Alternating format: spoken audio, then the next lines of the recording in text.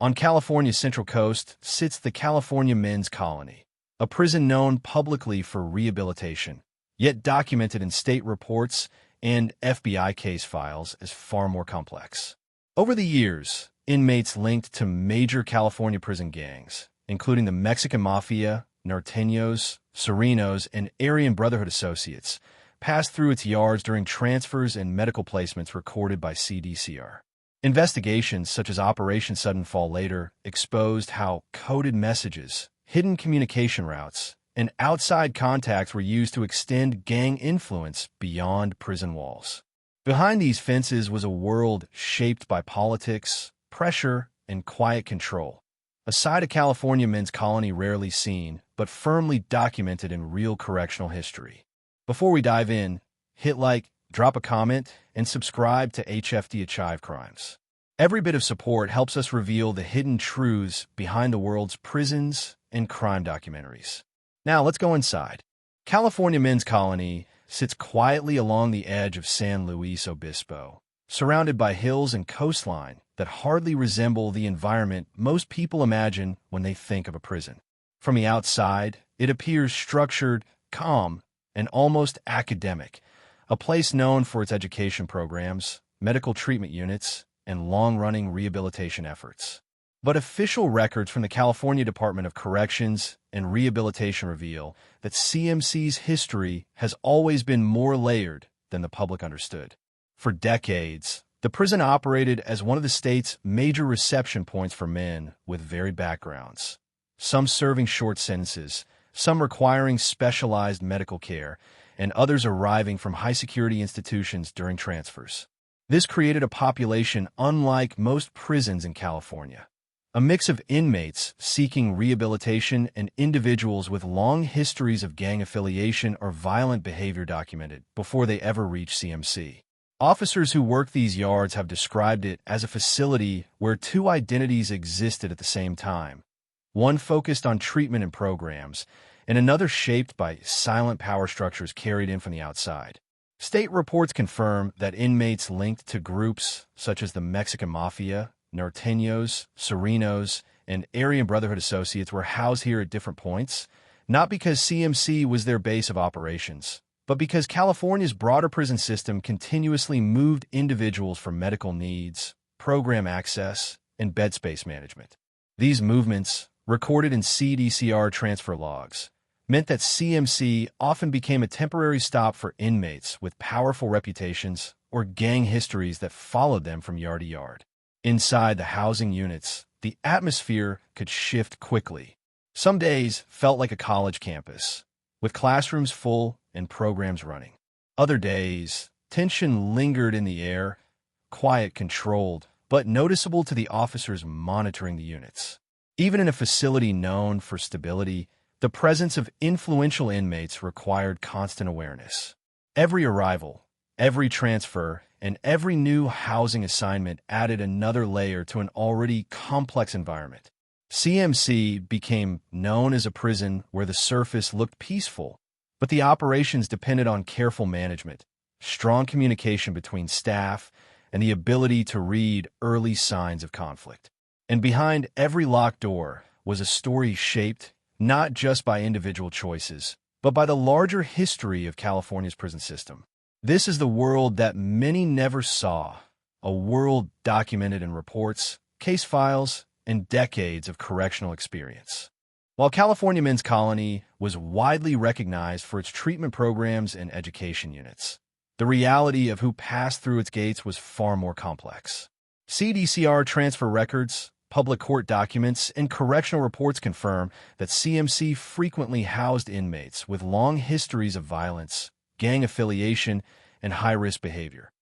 Even though the facility itself was not classified as a maximum security institution, many arrived temporarily, moved by the state for medical evaluations, mental health care, or placement into programs not available at higher security prisons. These inmates brought with them the reputations they had built across California's prison system.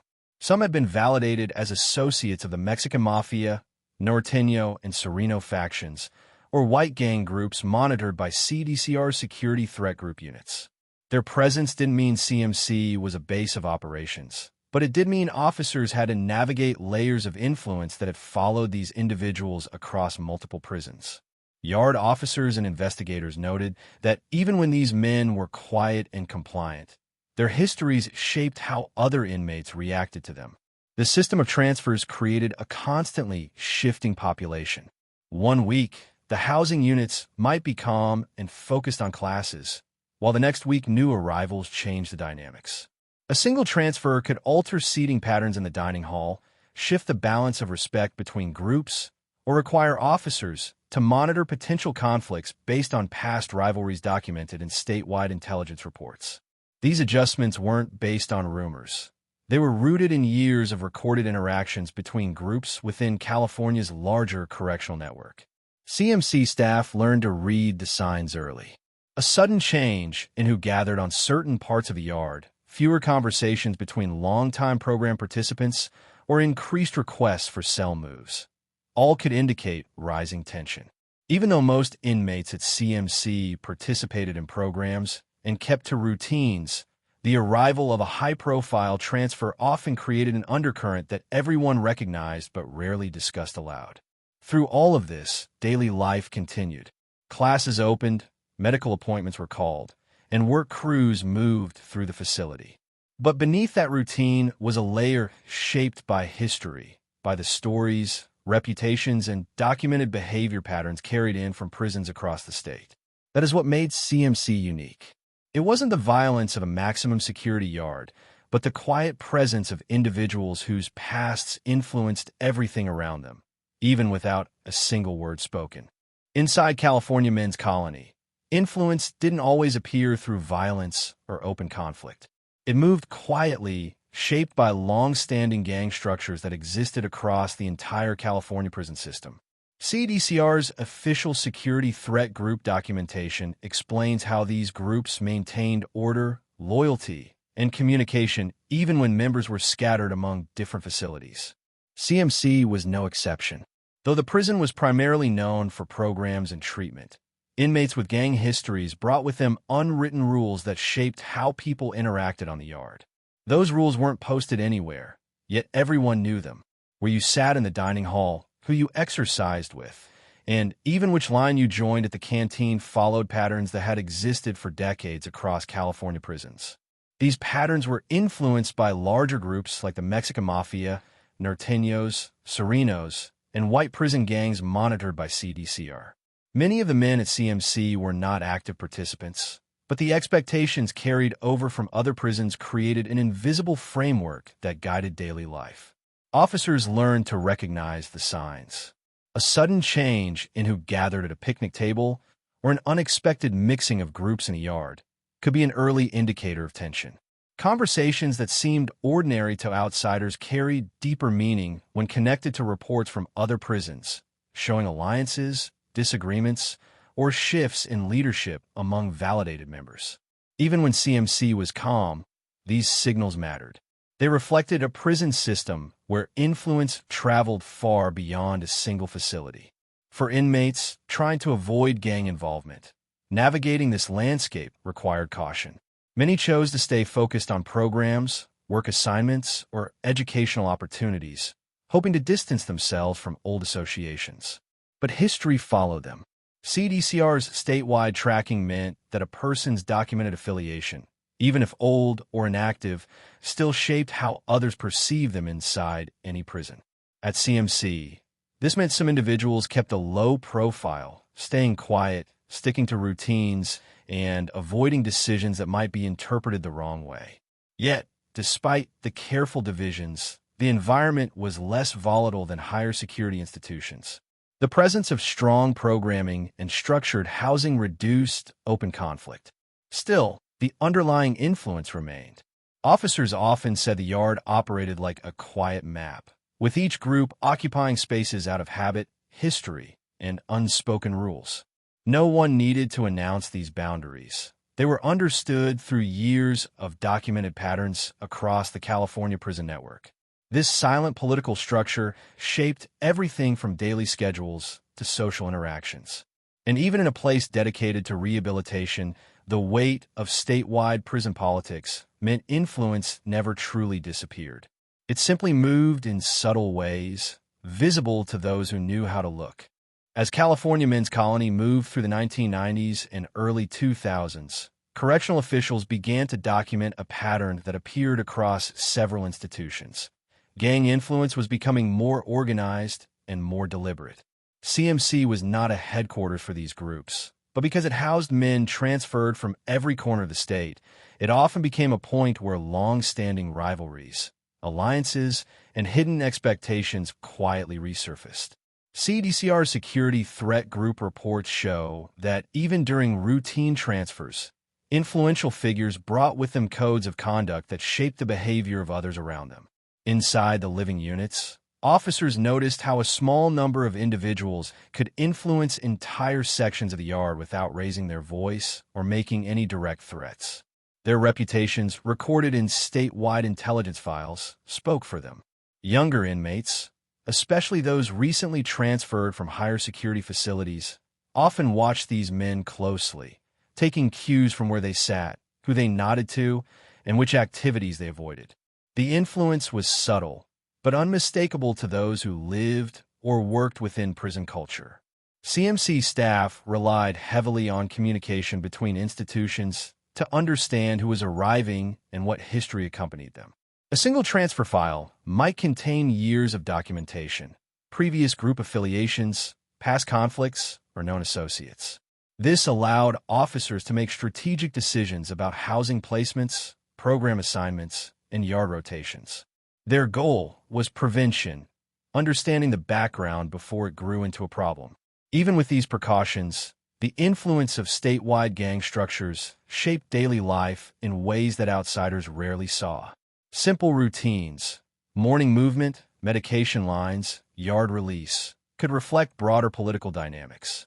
A disagreement at one California prison sometimes echoed quietly in another, as news and expectations moved across facilities through letters, phone monitoring reports, and inmate conversations tracked by investigators. At CMC, these dynamics didn't manifest through visible chaos. Instead, they showed up in small shifts: who stood where on the yard, which groups paused conversations when an unfamiliar inmate approached, or which housing units suddenly became quiet after transfer. Officers learned to recognize these indicators because they often foreshadowed changes in the larger system. Patterns observed at CMC were sometimes identical to those in San Quentin, Corcoran, or Pelican Bay, proof that gang politics were not confined to any single location. Despite the complexity, many inmates focused on programs and attempted to distance themselves from old affiliations. But the shadow of statewide politics remained. Even in a facility dedicated to rehabilitation, the presence of individuals with long histories meant the environment required constant attention, awareness, and coordination with other institutions. CMC became a place where rehabilitation and quiet influence operated side by side. And while the surface appeared calm, the invisible rules shaped by decades of California prison history continued to guide the flow of daily life inside its walls. Inside California Men's Colony, communication shaped nearly everything.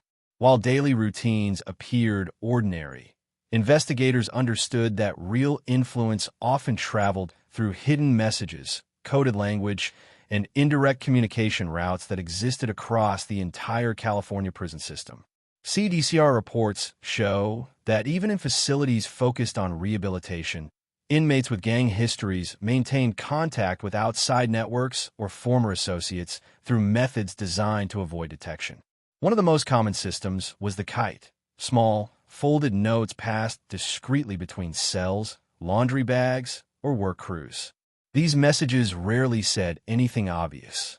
Instead, they used symbols, abbreviations, or references that only certain groups understood. Even something as simple as a number combination or a nickname could carry layered meaning. Officers trained to recognize these signs knew that a single kite could influence housing decisions, program participation, or interactions on the yard. Mail also played a major role. Letters arriving from outside often appeared routine, but investigators monitored them for patterns found in statewide gang investigations. Certain phrases, artwork, or repeated themes were sometimes clues that a message was being passed indirectly. In some cases, individuals who were not incarcerated unknowingly transmitted coded information, thinking they were simply writing to a friend or family member. CDCR's monitoring units documented how these communication routes allowed influence to travel far beyond the prison walls. Another method was the use of third-party contacts. Individuals with no official gang affiliation might relay messages between inmates, either willingly or without fully understanding the purpose. These connections made it difficult for investigators to trace the origin of certain communications, leading officers to rely on behavioral patterns rather than direct evidence. Even small shifts in routines, like an inmate suddenly refusing to attend a program, could indicate that new instructions or expectations had reached them. CMC's physical structure created additional challenges. With treatment units, educational wings, and work assignments spread across different parts of the facility, inmates had many opportunities to cross paths during controlled movement. A brief glance, a gesture, or a quiet exchange during transitions could communicate more than an entire conversation. Officers often describe these interactions as micro-signals, subtle enough to go unnoticed, but meaningful to those who understood them. Despite the complexity, most communication was not tied to conflict. Many inmates used letters, programs, and visits to stay connected to family or to focus on personal progress. But the small percentage of individuals who maintained ties to larger groups created a communication landscape that required constant attention. The challenge for staff was distinguishing between harmless interaction and signals that reflected broader, statewide dynamics. In a place like CMC, where rehabilitation and quiet influence coexisted, communication became the invisible thread connecting the prison to the larger correctional system.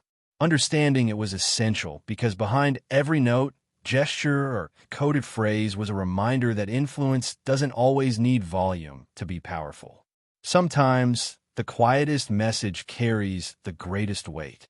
One of the most significant moments connected to California Men's Colony came through a long-running investigation known as Operation Sudden Fall. This joint effort between the FBI and the California Department of Corrections and Rehabilitation uncovered how inmates at various facilities, including individuals who had passed through CMC, used outside contacts and coded communication to influence activity beyond prison walls. Public case files and federal court records show that the operation revealed a network where messages moved quietly through letters, phone calls, and third-party intermediaries, often hidden behind everyday language that seemed harmless to anyone unfamiliar with the code. Although CMC was not the center of the investigation, the case demonstrated how statewide gang structures could extend through any institution that housed men with long, documented histories. Inmates transferred to CMC for medical care or program access sometimes arrived with old associations recorded in CDCR intelligence reports. These histories mattered because investigators learned that influence did not require physical proximity. A message sent from one prison could ripple through several others as it moved through contacts or affiliates, regardless of where the original sender was housed. Operation Sudden Fall confirmed what correctional officers had observed for years, that communication networks in the California prison system were often subtle, patient, and designed to blend into ordinary routines. Some letters contained coded instructions disguised as personal stories. Other messages were relayed indirectly, passed through people who never realized they were part of a chain linked to a much larger structure. The investigation showed how difficult it could be to trace a message back to its source, especially when it passed through multiple institutions. For staff at CMC, the operation reinforced the importance of understanding inmate history and monitoring patterns rather than isolated incidents. A behavioral shift, a change in who someone sat with, a sudden reluctance to attend a program, or a request for a cell move, could sometimes reflect broader influences tied to statewide dynamics. Officers learned that small details often carried meaning, especially when similar patterns appeared across other California prisons at the same time. Despite the seriousness of the investigation, Most inmates at CMC were not involved in any form of organized communication. Many remained focused on education, treatment, or personal goals. But the presence of a few individuals with long-standing reputations meant the environment always required awareness. Operation Sudden Fall served as a reminder that influence in the prison system is not always loud or visible. Sometimes it moves through routine, structure, and silence, shaped by networks built over decades. For CMC, the investigation didn't change its identity as a program-focused institution, but it highlighted how every prison in California, regardless of security level, was connected to a larger system where communication, reputation, and history traveled far beyond a single yard. It showed that even a facility known for calm and rehabilitation existed within a network where information moved quietly but powerfully across the state. On the surface, yard movement at California Men's Colony looked orderly. Groups heading to programs, inmates walking laps, others gathered around tables in quiet conversation. But beneath that routine was a structure shaped by decades of statewide prison politics. CDCR officers often described it as a map without labels, a layout where each group's behavior reflected long-standing boundaries carried across California's correctional system. These boundaries weren't posted anywhere, yet everyone recognized them. Where a person sat during yard release, who they exercised with, and even which parts of the track they walked followed patterns built over years in other institutions. This wasn't about open hostility, it was about predictability. CDCR's Security Threat Group documentation explains that stability often came from groups following these unspoken rules, reducing the chances of unexpected interaction that could trigger tension. CMC's population added to the complexity. Because the prison regularly received inmates from higher security facilities for medical appointments, treatment programs, or temporary housing, the yard environment constantly shifted. A new transfer arriving with a long history documented at another prison could quietly affect how others position themselves. Sometimes the change was subtle, a different table being used, a new rotation on the pull-up bars, or a group choosing to stand farther from another. To an outsider, these differences looked meaningless. To those inside, they were signals of adjustment. Officers monitored these patterns closely. They understood that conflict rarely began with a dramatic event. Instead, it started with shifts in routine, groups clustering in unusual places, sudden silence where there was usually conversation, or individuals separating themselves more than usual. These signs helped staff anticipate tension before it escalated. Many officers described CMC as a place where early observation was more important than direct confrontation. Despite the careful balance, most days remained peaceful. The strong presence of educational programs, vocational training, and treatment units gave inmates structured options that helped reduce idle time, which is often linked to conflict in higher security facilities. Many men focused on completing classes, earning certificates, or attending counseling sessions. These activities created an environment where rehabilitation coexisted with the layered dynamics of prison politics. Still, the influence of statewide structures never entirely disappeared. Even when individuals tried to distance themselves from past affiliations, the perceptions of others, shaped by their documented history, followed them. CDCR's intelligence system ensured that staff at each facility understood an inmate's background, helping them make informed decisions about housing assignments and program placement. This wasn't about punishment, but about maintaining safety in an environment shaped by decades of interconnected histories. At CMC, the yard reflected this balance every day.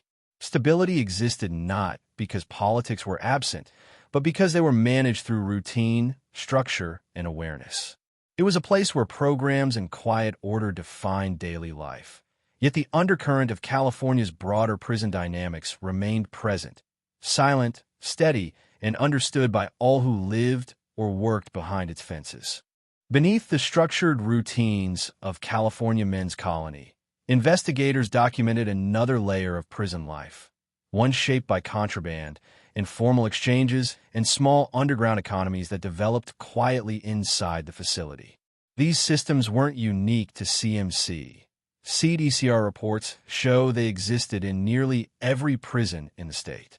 But CMC's combination of treatment units, vocational programs, and frequent inmate movement created opportunities that required constant monitoring.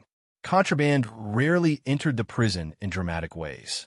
More often, it arrived through subtle routes, misused work assignments, concealed items and transfers, or improper contact during visits. The most common forms were harmless on the surface: extra food items, unauthorized clothing, or restricted materials exchanged between inmates. But the bigger concern for staff came from items like cell phones, which CDCR identified statewide as one of the most disruptive forms of contraband because they allowed unmonitored communication. Even one device could connect an inmate to people outside the prison, bypassing the normal channels designed for safety. At CMC, officers used a combination of inspections, intelligence reports, and behavioral observation to identify how these items moved. Sometimes contraband was discovered during routine searches. Other times it surfaced when patterns didn't match normal inmate behavior. A sudden increase in visitors, unexpected financial deposits, or shifts in group interactions might indicate that something had entered the prison economy. None of these signs were definitive, but taken together, they formed a picture that helped staff understand when the internal balance was shifting. Informal economies also emerged around everyday needs. With limited resources inside, inmates often developed barter systems based on items like snacks, hygiene products, or commissary goods. These exchanges were technically against policy, but were usually small and nonviolent. Still, they reflected how people adapted to life inside. In some cases, individuals with strong organizational skills or leadership histories extended influence by managing these exchanges. While this wasn't always tied to gang activity, CDCR intelligence units remained alert because these systems could occasionally overlap with broader networks documented across other prisons. Work crews played a significant role in how items moved. Inmates assigned to kitchen duty, laundry, or maintenance had access to areas others never saw. Most workers followed the rules, focusing on earning time credits or staying productive. But a small number used these positions to move items discreetly, passing something along during shift changes or dropping in a location where another inmate could retrieve it later. Staff monitored these patterns through rotation schedules, job audits, and random checks, all designed to reduce the risk without disrupting the programs that made CMC effective. Despite these challenges, CMC was not defined by contraband issues. In fact, its program-driven structure helped reduce the size and impact of underground economies compared to higher security institutions. But the presence of even small networks reminded staff that every prison, no matter its focus, required vigilance. Contraband wasn't just about the item itself. It was about the influence, communication, and leverage that could follow. At California Men's Colony, officers understood this balance well. Rehabilitation remained the goal, but awareness of the quiet exchanges happening in the background was essential to keeping the environment stable, predictable, and safe for both staff and inmates. For most men at California Men's Colony, daily life wasn't shaped by politics or influence. It was shaped by the effort to simply move forward.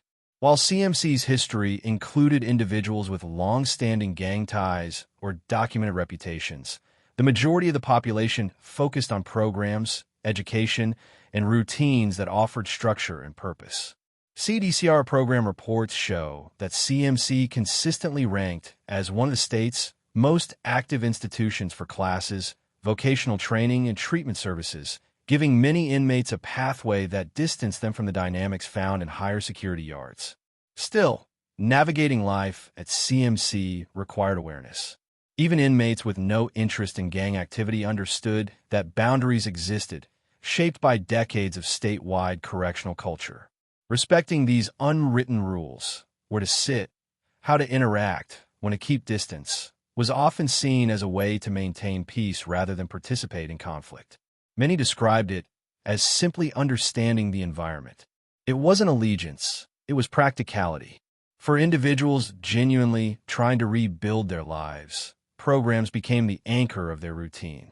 The educational units offered GED preparation, college correspondence courses, and vocational training in fields like plumbing, carpentry, and electronics.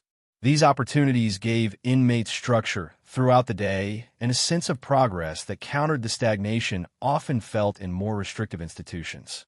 Staff often observed that those heavily involved in programs tended to avoid disputes and sought out stability over status. Treatment programs played a similar role. Substance use counseling, cognitive behavioral classes, and mental health services created spaces where men could focus on personal development rather than group expectations. Many inmates viewed these programs as a chance to reset their trajectory, especially those nearing parole or hoping to transfer to lower security facilities. In interviews recorded for CDCR outreach and rehabilitation reports, participants often said that CMC was the first place where they felt they could breathe and focus on themselves rather than the chaos that defined their earlier years in custody. Yet, even with progress, the environment required caution. A person's past, documented in CDCR files, could influence how others saw them, regardless of how committed they were to change. Some inmates found themselves managing old perceptions while trying to build new habits. A man who once associated with a certain group at another prison might now spend his days in classrooms, but others still recognized his history. For many, the key to everyday peace was consistency, showing through their actions that they were no longer involved in anything beyond their personal goals. Routine became a stabilizing force.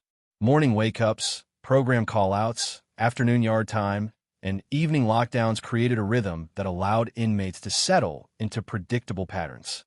Small, everyday interactions, studying beside the same classmates, working alongside the same crew, attending weekly groups, helped build pockets of normalcy inside a controlled environment.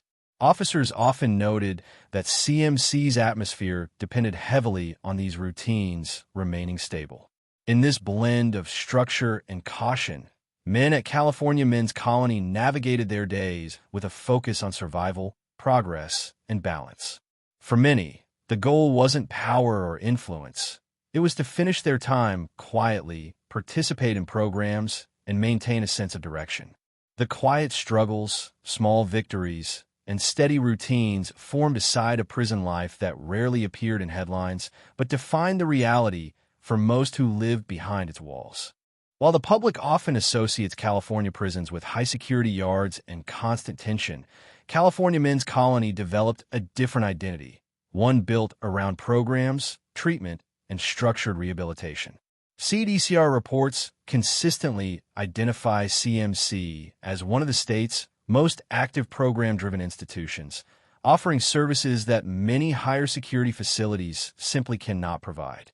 For thousands of men, this made CMC a turning point in their incarceration. Education was one of the strongest foundations.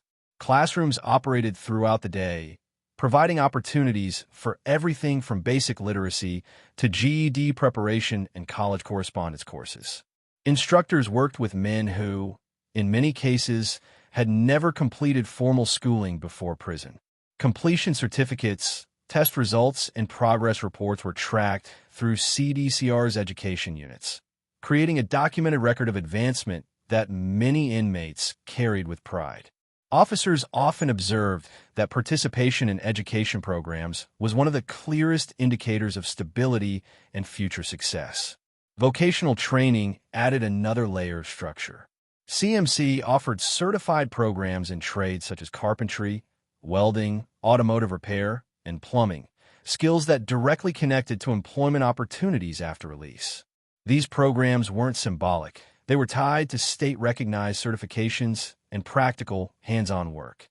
Inmates spent hours learning how to operate tools, follow safety procedures, and build discipline around daily responsibilities.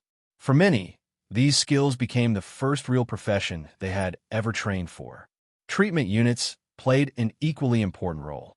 Substance use programs, cognitive behavioral therapy, anger management courses, and mental health services formed a network of support designed to address long-standing issues that contributed to incarceration.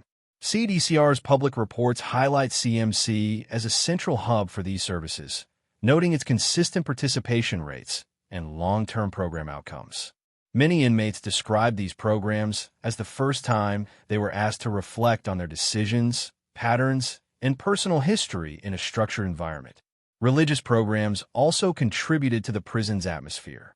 Chaplains from multiple faith traditions hosted services, discussion groups, and community-building sessions. These gatherings provided emotional grounding and a sense of connection that many inmates lacked. Participation was voluntary, yet turnout remained steady year after year, a sign of how valuable these programs were for those searching for stability. CMC's medical services further shaped its identity. With specialized treatment units, chronic care services, and mental health support, the prison often housed inmates transferred from higher security facilities specifically for medical reasons. This created a population with diverse needs, but it also allowed individuals access to care that was not available elsewhere. Medical staff coordinated closely with custody officers to balance safety and treatment, reinforcing CMC's role as a facility where rehabilitation and healthcare intersected. Through these programs, the environment inside CMC took on a different rhythm from more restrictive institutions. Structured schedules, consistent routines, and predictable call-outs created a daily pattern that supported progress. While the underlying dynamics of prison life never disappeared, the focus on education, treatment, and skill building helped anchor the facility and reduce the tension often associated with other institutions. For many men, this chapter of their sentence marked the first real opportunity to redirect their path. And although not everyone embraced the programs offered, CMC's commitment to rehabilitation played a significant role in transforming lives and shaping outcomes documented across the state. It became a reminder that even within the constraints of incarceration, structured support and opportunity can make a meaningful difference. Over the years, California Men's Colony underwent a series of changes that reshaped its operations, security approach, and internal structure. These adjustments were not sudden. They developed through policy updates, statewide reforms, and lessons learned from decades of correctional experience across California. CDCR records show that as new challenges emerged, CMC adapted to create a safer and more controlled environment for both staff and inmates. One of the most significant shifts came from the expansion of the Security Threat Group Management System, which refined how CDCR tracked and responded to gang activity statewide. These policies introduced clearer guidelines for identifying risk factors, monitoring communication, and assigning housing placements. At CMC, the result was a more organized process for reviewing inmate histories and ensuring that individuals with known conflicts or high-level past affiliations were housed in ways that minimized tension. The goal was prevention, using information and structure to stop problems before they appeared on the yard. The prison also strengthened its communication monitoring systems. Phone calls, mail, and visitation logs were reviewed with greater attention to patterns rather than isolated incidents. This approach aligned with statewide reforms that emphasized early detection of coded communication or suspicious behavior. While the majority of inmates use communication channels appropriately, staying in touch with family or managing personal business, the renewed oversight helped reduce the quiet influence of a small number of individuals who might attempt to extend old alliances. Physical security improvements were part of the evolution as well. CMC updated search procedures, expanded staff training programs, and introduced more consistent checks in high-traffic areas like laundry, kitchen units, and work assignments. These updates were designed to reduce the movement of contraband and limit opportunities for unauthorized communication. Even small changes, such as reorganizing movement routes or adjusting schedule timing, played a role in improving overall stability within the facility. At the same time, CDCR placed increasing emphasis on rehabilitation, which reshaped CMC from the inside out.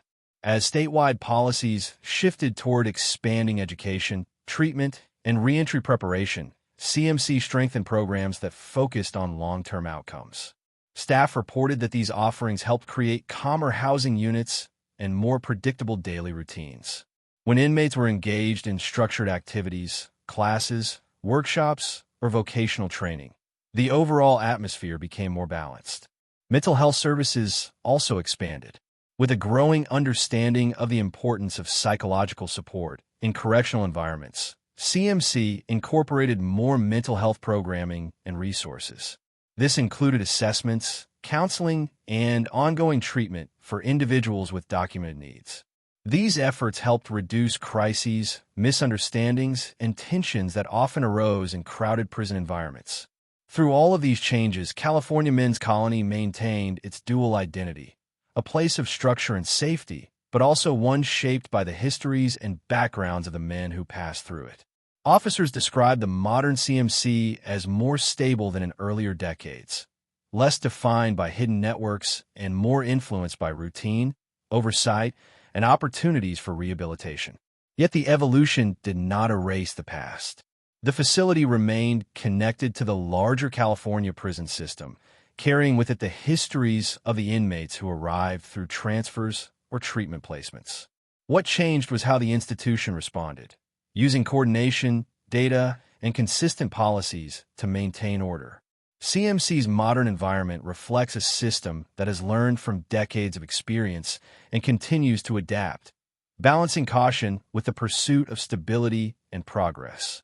As California Men's Colony moved into the modern era, its legacy became defined by the unique balance it maintained, part rehabilitation center, part reflection of the broader challenges that shaped California's correctional system. The institution's history is layered with stories of transfers, treatment, communication networks, and quiet influence, but also with progress, stability, and thousands of individuals who use their time there to rebuild their lives. CDCR's public records and institutional reports reveal that CMC stood apart from higher security prisons, not because it was free from tension, but because it operated within a complex system while maintaining a focus on education and treatment that influenced outcomes across the state. The facility's reputation grew from this dual identity. On one hand, CMC housed individuals with documented histories tied to statewide gang structures, men whose past affiliations and behaviors were tracked carefully by CDCR intelligence units. These histories shaped housing decisions, daily routines, and staff awareness, reminding everyone that influence and reputation could travel across institutions. Even though CMC was not a maximum security prison, it remained deeply connected to the movements and patterns that shaped California's entire correctional landscape. On the other hand, CMC developed a strong identity as a program-driven institution. Education departments, vocational workshops, religious services, and mental health units defined the daily environment for most inmates. Many men described the facility as a place where they could finally focus, away from the constant tension found in higher security yards. Progress was measured not only by certificates earned, but by changes in behavior, routine, and long-term direction. Staff often said that CMC's emphasis on rehabilitation helped set the tone for the entire facility, even during periods when transfers brought in individuals with complicated histories. The legacy of CMC also includes the lessons learned through investigations like Operation Sudden Fall and the statewide reforms that followed. These moments highlighted the importance of monitoring communication, understanding inmate backgrounds, and responding early to potential risks. They shaped how policies evolved, not just at CMC, but across all California prisons. By adapting to these realities, the institution helped demonstrate how vigilance and rehabilitation could coexist, each supporting the other to maintain stability. Today, the story of California Men's Colony is not defined by a single narrative. It is shaped by the thousands of people who pass through its gates: officers, educators, medical staff, and inmates, each contributing to a long and complicated history. It is a place where the quiet hills of San Luis Obispo meet the structure of a correctional environment, where hidden influences intersect with opportunities for change, and where everyday routines reflect both caution and hope. CMC's legacy is that of a facility that navigated the complexities of California's correctional system while offering a path forward to those willing to take it. Its walls hold stories of resilience, routine, conflict, and transformation. And although the world outside may rarely see the full picture, the documented history of California Men's Colony reveals an institution built on the balance between safety, structure, and the possibility of change. California Men's Colony is a place shaped by history, routine, and quiet complexity. Its story reflects the wider challenges and progress of California's correctional system. Thank you for watching. Don't forget to like, subscribe, and share for more documentary stories.